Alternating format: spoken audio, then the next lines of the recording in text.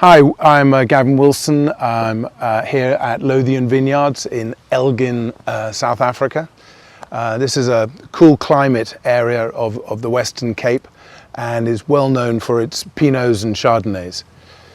Well, we've actually planted the vineyard in 2004 and 5, and we really had an amazing list of who's who in South Africa were buying our grapes. And in about 2010, one of the top winemakers in the country said, with all due respect, Gavin, you're being a bit of a muppet. Everybody normally makes some wine and sells what they can't sell. You're selling your grapes. I gather you're a bit busy in your day job. And he said, you're the one person who basically should be selling your grapes.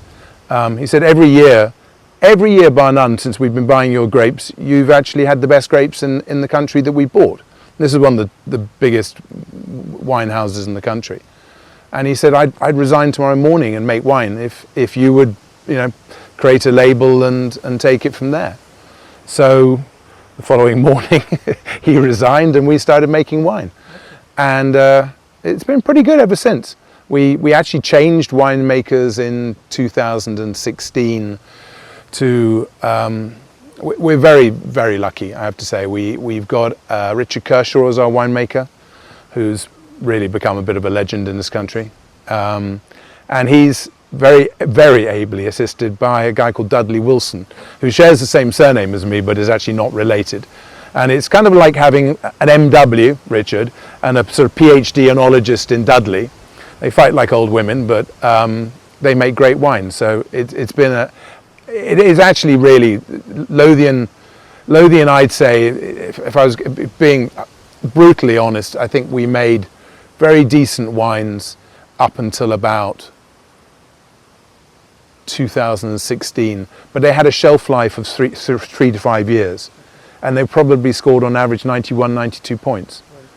And then from 2016, when Dudley and Richard took over on the winemaking, everything changed. And all of a sudden we were winning decanter golds and IWCs, and then we started winning repetitively. So as a house, we pride ourselves on making what I would call Burgundy style Chardonnay and Pinot. We tend to be, obviously, as Burgundy is, at the drier end of the spectrum in most of the wines we make. So just to cover that, we do a very dry Riesling. We do a very fine white Burgundy. Our Pinots are at the lighter side of life. They're what I would call summer to autumn sort of Pinots, much lighter than the Oregon Pinots that you might see in the States. And they're consistently a favourite here in South Africa and regularly in the sort of top 5 Pinots in the country. So it's been an interesting journey all in all. From 2016 onwards, I'd say that our fortunes have really been on the rise. And I think that, sort of 5 years ago, you'd have probably found us in 5 countries, and 3 years ago in probably 10 countries, and probably this year in probably 15 to 20 countries. Sadly not in India yet, but I do keep on meaning to do it. And I did do a little marketing trip about two odd years ago. We're not really a very, I don't know what the right word, we're not industrial in the slightest. Yeah. We produce about 20,000 bottles of Pinot and 20,000 bottles of Chardonnay a year. And we do a very dry Mourvedre rosé, a proper, and I say proper, with one of my neighbours, we were the first vineyard to bring in proper Riesling into the country in 2004, proper Rhine Weisse Riesling. So I'd like to think we're one of the first in the country to make proper Riesling. I do it at the very, very dry end of the spectrum. Okay. We have great acidity in most of our wines, so we're quite lucky to be able to go with quite low sugar wines. My logic being is if you haven't got any sugar, you need to have acidity. You have to have one or other. We've got really lovely acidity, so we can do that sort of Moselle style Riesling that other people in the country can't do. Yeah. Because we're in cool Elgin. Cool Elgin basically means we do retain those sort of acidities and and we can make wines of character accordingly. Yeah. And I'm glad to say that the magazines of Decanter and Falstaff and people like this all seem to think we make rather nice Riesling. So it's harder to sell as a commodity, if you like. I mean, everybody loves a good Pinot. Yeah. Well, most of my friends do anyway, and great Chardonnay. Is a much easier globally product to sell. Yeah. Riesling is very much an acquired taste, and it tends to be the what I call the wine anoraks, who really get off on those sort of petroleum type notes that waft off some of our Rieslings after a couple of years. Yeah. And we've been doing some canopy management to see if we make our Rieslings a bit more accessible and less anoraki, but I think they're still at the anorak spectrum, I'm afraid. Yeah. But they're well and truly loved by people who love Riesling. I personally get a little bored of drinking Sauvignon Blanc, Chardonnay all day, so a nice dry Riesling sometimes catches people unaware. And quite often, people say, oh, I don't think I like Riesling, what else have you got? And so I said, oh, well, try this. And so I give them a dry, oh, this is very nice. Yeah. Love this. What is it? Riesling. Oh, didn't see that one coming. So it's amazing how many people actually do love a good glass of Riesling if it's well made. We do a late harvest made from Viognier. Late harvest. Yeah. Okay. And that was really a function of when we set up the farm originally, we thought that we would be a blending operation. Okay. And so we made these grapes, and so we made a little bit of Shiraz and a bit of Sauvignon, a little bit of this and a little bit of that. And I always knew that one day I'd probably get round to doing Chardonnay and Pinot and Riesling. And we actually had no buyers for the Viognier grapes. It's not a particularly widely known grape, and so it stayed on the vine for another extra month or two, and they started shriveling, and then we got Noble Rot, and our winemaker said, you'd be mad not to bottle this. This is going to have so much character and flavour. So we did, and we got an order out of Japan, which basically took the whole vintage. So after that, I think the following year we had another country turn up and they said they'll take the whole vintage. We thought, oh, probably should have planted some more. Such is life, Yeah, because you mentioned the Rieslings are the drier sides, and then you have altogether a late harvest with you. So. Which is the other end of the spectrum. Yeah. I mean, it's like, the nice thing about those sort of wines is they tend to run around 110 to 130 grams of sugar. Well, if you think, compare that to my Pinot, which is more like 2.5 grams. Yeah. They make a nice, the other end of the spectrum. I mean, they're beautiful at puddings and stuff, and we put them in a really beautiful little bottles. And the terroir here is Table Mountain sandstone, which somebody told me is Devonian of age, which is about as old as it gets. It's very friable, it's very sandy, it doesn't retain moisture particularly well, it's very, very free draining. Actually, the other interesting thing I should mention that we've done this year, we've started making Grüne Veltliner, which is a spectacular grape you'll find mainly in Austria. And it comes from two areas in Austria called the Wachau and Kampstal.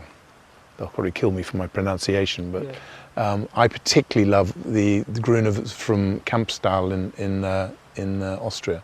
So we thought we'd try and grow a few, and so we put a hectare down the river there. We have a benefit here, as you can probably see in the background here, is we've got water everywhere.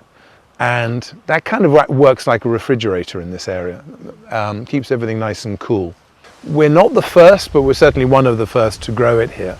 I don't think it's as popular a grape variety as it should be, mainly because nobody can remember the name. But Grüne Veltliner, once you've had it, you become a kind of Grüne groupie. And I've got so many friends now going, what's that wine you keep on suggesting we try? It's lovely. So I've made a lot of friends with that one.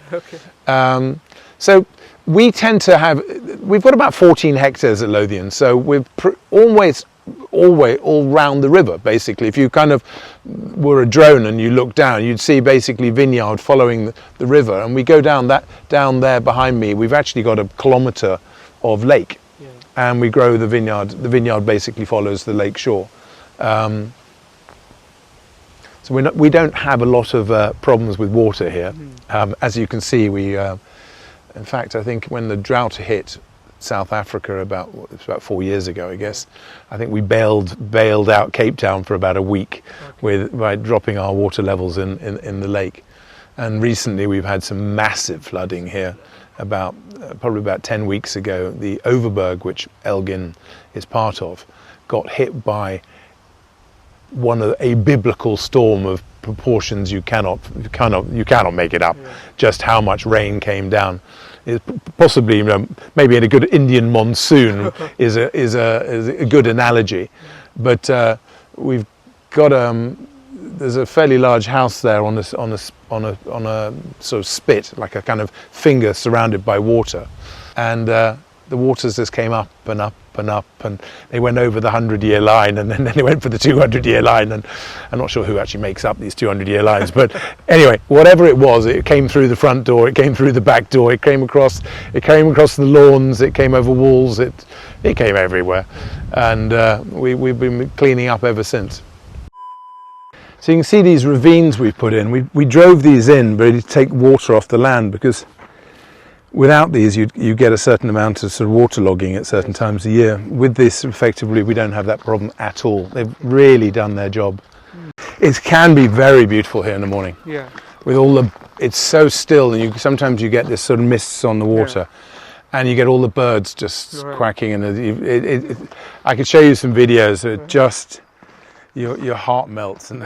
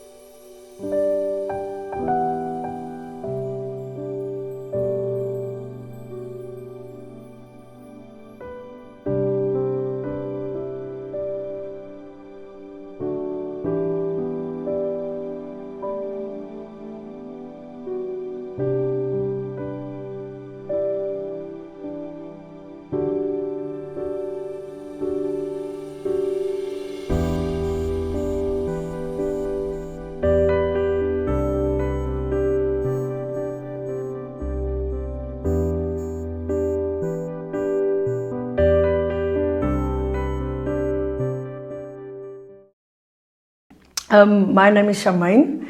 I work at the boutique wine farm called Esona Wines. I am the general manager of the farm. I look after the farm. I also look after the wines. I'm also the winemaker as well, and I also look after the tasting room. That's my role on the farm. Today we'll be tasting our Esona brand, our Esona Wines. The region where that we are situated in is the Robertson area, the Breede Robertson area.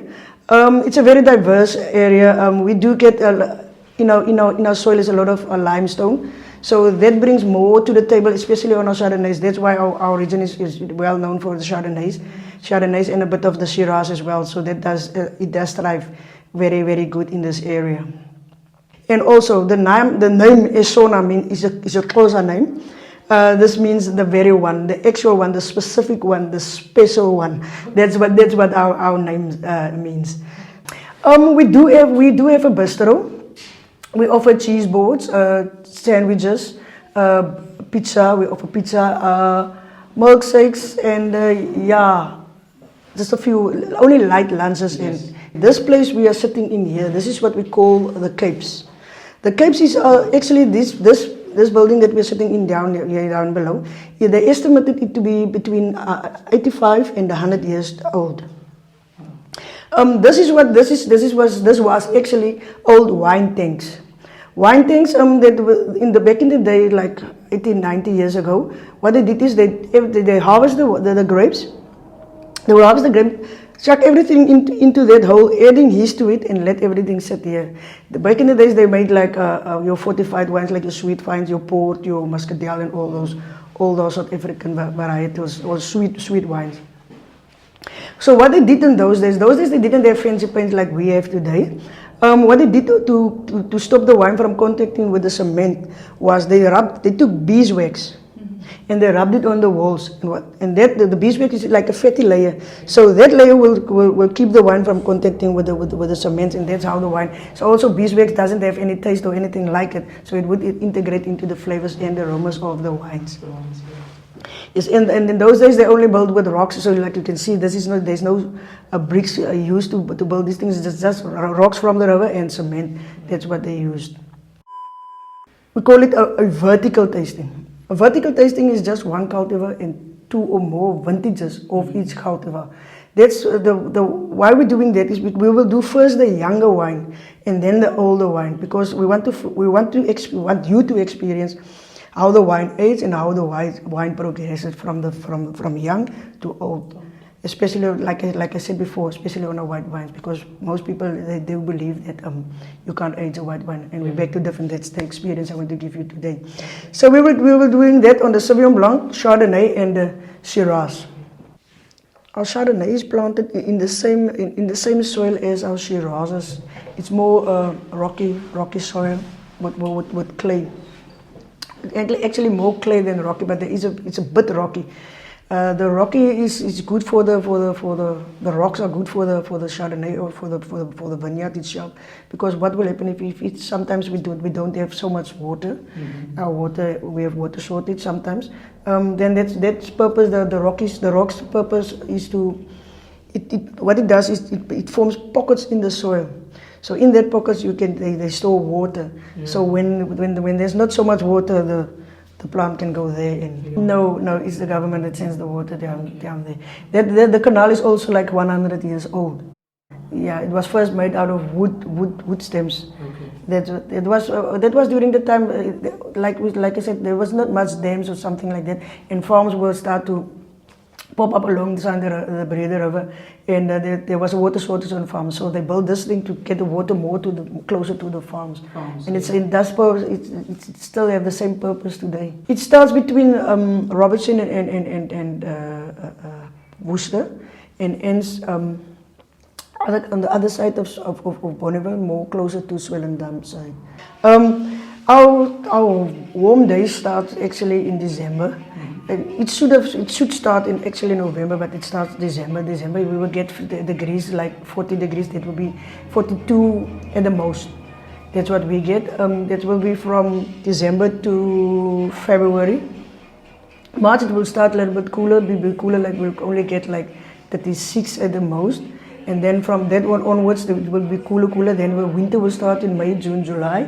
That will be winter. In June it will snow sometimes.